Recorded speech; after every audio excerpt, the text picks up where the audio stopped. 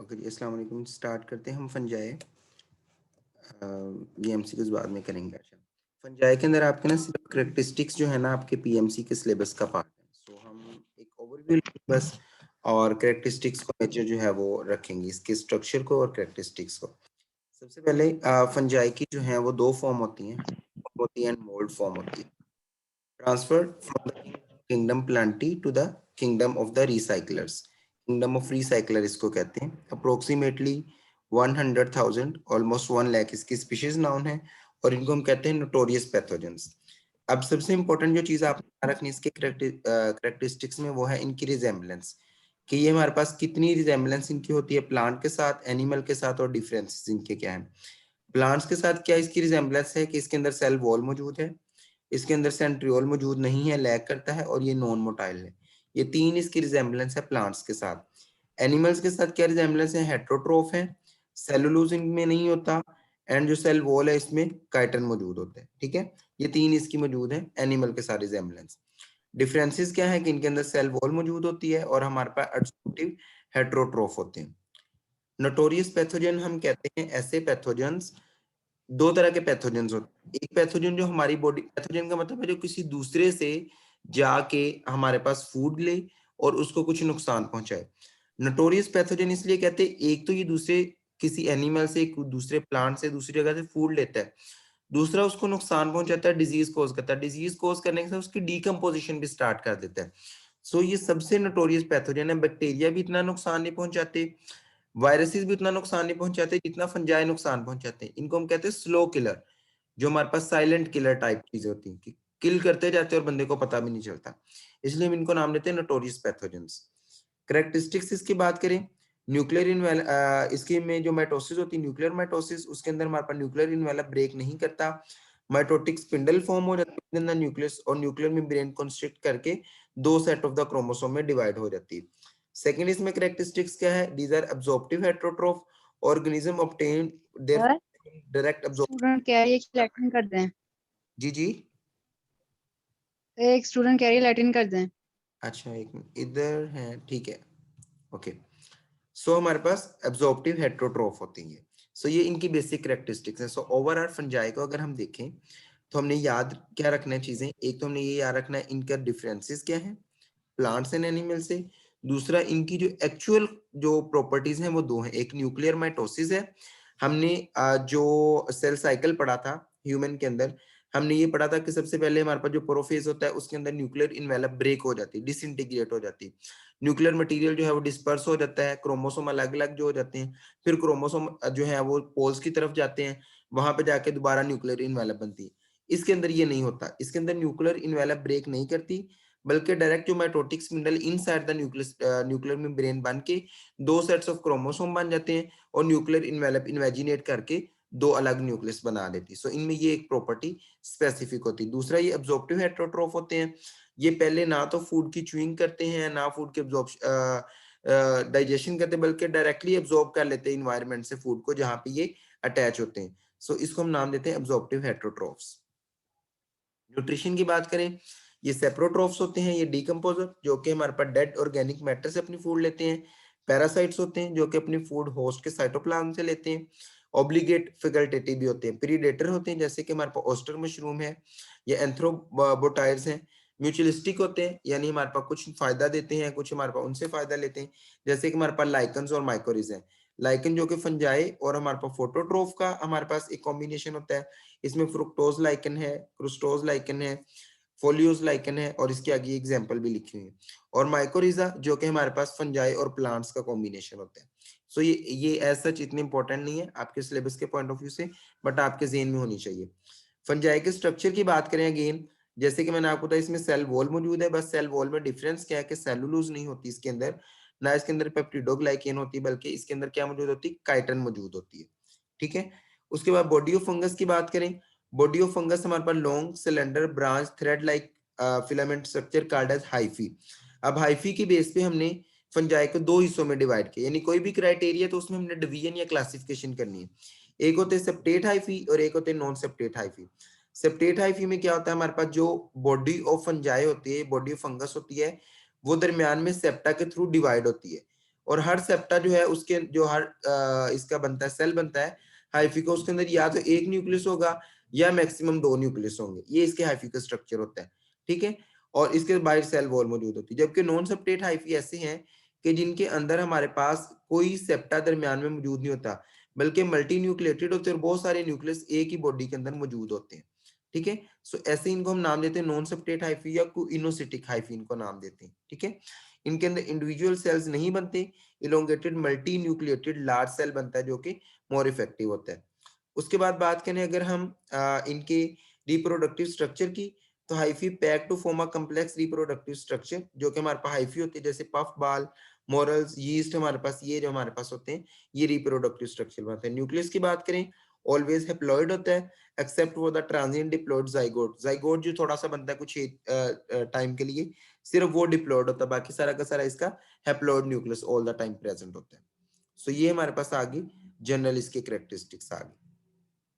Importance not a part of PMC syllabus, but just आपके लिए कि मतलब आप मोटी मोटी चीजें अगर आपको करनी पड़े, अगर थोड़ा सिलेबस चेंज भी हो तो आपके जेहन में हो। इसमें इकोलॉजिकल इंपॉर्टेंस है और कमर्शियल इंपॉर्टेंस है। डिकम्पोजर्स के तौर पे एक्ट करते हैं, important role in the recycling of inorganic nutrient. Mycorrhiza fungi जो इंपॉर्टेंट होती है प्लांट्स की 90% ग्रो के अंदर रोल प्ले करते हैं। लाइकन जो है वो रॉक्स के ऊपर ग्रो करते हैं, जब उनको ब्रेक किया जाए तो चेंजेस हमारे पास लाते हैं। लाइकन बायो इंडिकेटर के तौर पे यूज होते हैं और बायो रेमिडिएशन के लिए यूज होते हैं। रेमिडिएशन का मतलब ये होता है कि किसी जगह पे कोई टॉक्सिसिटी फैली हुई तो उसकी रेमेडी करने के लिए हम यूज करते हैं। कमर्शियल में गेन्स हैं और लॉसेस हैं। गेन्स में हमारे पास डिफरेंट, हमारे पास जो मशरूम्स हैं, मोरल्स हैं, ये हमारे पास ये यूज होते हैं डिफरेंट मेडिसिन के अंदर। पॉइजनस मशरूम होते हैं पॉइजन के तौर पे, जैसे कि एमानिटा है और ओम्फेलोटस ओलेरियस है हमारे पास, जिसको जैक ओ लैंटर्न भी कहते हैं। रंडीर के तौर पे एक्ट होते हैं जो कि हमारे पास लाइकन है, मोस नहीं है। यीस्ट जो है हमारे पास लिक्वर ब्रेड वगैरह की प्रोडक्शन के अंदर रोल प्ले करती है। पेनिसिलिन जो इंपॉर्टेंट हमारे पास ड्रग है पेनिसिलिन, वो हमारे पास इससे बनती है। फ्लेवर अरोमा देती है चीज को। एस्परजिलस जो है हमारे पास ये फर्मेंटेशन के अंदर रोल प्ले करती है। पेनिसिलियम हमें पता है पेनिसिलिन जो है ये बनाती है, इससे बनता है। लोवास्टेटिन ड्रग जो है ये कोलेस्ट्रॉल का लेवल लो करती है। साइक्लोस्पोरिन जो है हमारे पास ये सॉइल फंगस को प्रिवेंट करती है, ट्रांसप्लांट रिजेक्शन के तौर पे एक्ट करती है। एर्गोटिन ड्रग जो है ये रिलीव करती है हेडेक को। और लास्ट नंबर पे हमारे पास ग्रेसियोफल्विन है जो कि फंगस की अपनी ग्रोथ को कम करते हैं, ठीक है। सो ये डिफरेंट हमारे पास आ गए। टेक्सटाइल इंडस्ट्री के अंदर भी यूज होते हैं, न्यूरोस्पोरा के तौर पे भी यूज होते हैं। सो ये डिफरेंट इनके यूजेस हैं। इसी तरह इनके लॉसेस भी हैं कुछ, जैसे प्लांट डिजीजेस कॉज करते हैं, जब किसी प्लांट के ऊपर ग्रो कर जाते हैं तो हमारे पास डिफरेंट तरह के डिजीजेस जो है ये कॉज करते हैं। अच्छा, इसके बाद हमारे पास आ गया, मैं एक मिनट आपके क्वेश्चन का आंसर करता हूँ, मैं ये टॉपिक जरा कर लूँ कंप्लीट। ये क्वेश्चन पूछा। अच्छा, डिजीजेस डिफरेंट कॉज करते हैं। उसके अलावा हमारे पास इम्परफेक्ट फंजाई जो होती है, रिंग वर्म या एथलीट फुट जो हमारे पास होते हैं, ये ग्रेसियोफल्विन वगैरह इसकी ट्रीटमेंट के अंदर फिर यूज करते हैं। ये बेसिकली क्या करते हैं, जो हमारे पास इम्परफेक्ट फंजाई होते हैं, जैसे कि हमारे पास ये डर्मेटोफाइट्स होते हैं, ये हमारे हाथ पे हमारे पाँव पे छोटी छोटी लेजन्स कॉज कर देती है, जिन्हें हम नाम देते हैं रिंग वर्म का नाम देते हैं, एथलीट फुट का नाम देते हैं।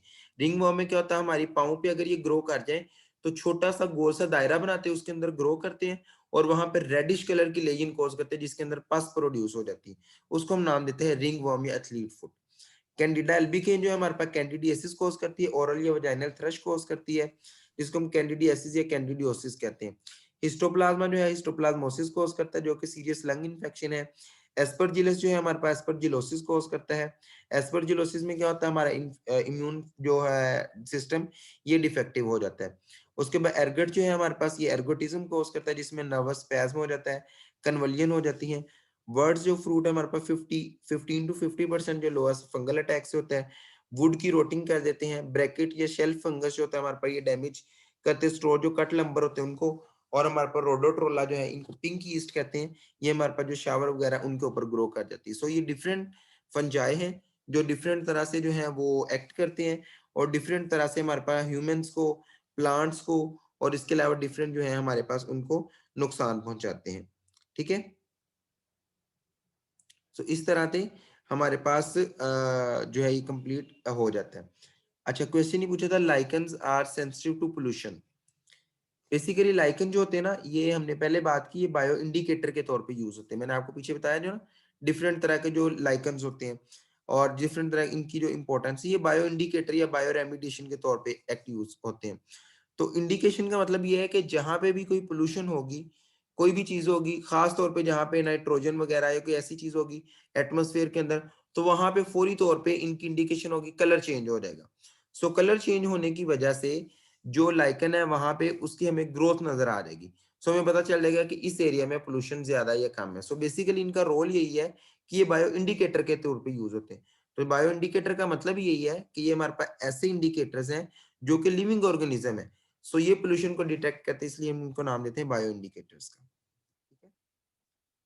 अच्छा जी, ये हमारे पास हो गया जी फंजाई का लास्ट नंबर पे, ये आप एक दफा देख लीजिएगा, ये कोई खास नहीं है।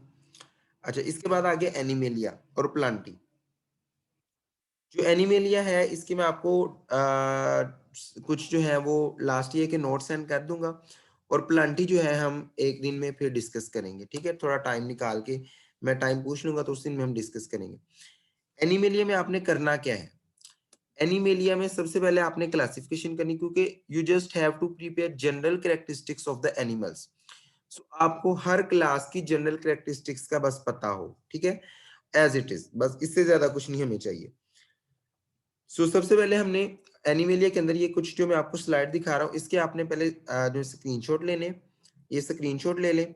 इसके बाद जो है मैं आपको 2-3 फाइल सेंड करूंगा, आपने वो प्रिपेयर करनी है। और उसके बाद हम जब भी नेक्स्ट लेक्चर प्लांटी वाला करेंगे, तो हम पहले 10 मिनट के अंदर एनिमेलिया का एक ओवरऑल डिस्क्रिप्शन जो है वो कर लेंगे। आपने आपने खुद जो नोट्स हैं और ये जो स्लाइड्स हैं, इनके मिला के आपने अपने नोट्स प्रिपेयर करने हैं, और वो आपने मुझे 1-2 दिन के अंदर सबमिट करवाने हैं कि आपने एनिमेलिया से क्या-क्या चीजें जो है वो प्रिपेयर की हैं। ठीक है। सो ओवरऑल एनिमेलिया के अंदर हमारी क्लासिफिकेशन है सबसे पहले, जिसमें हमारे पास सिलोमेट, एसिलोमेट और सुडोसिलोमेट है।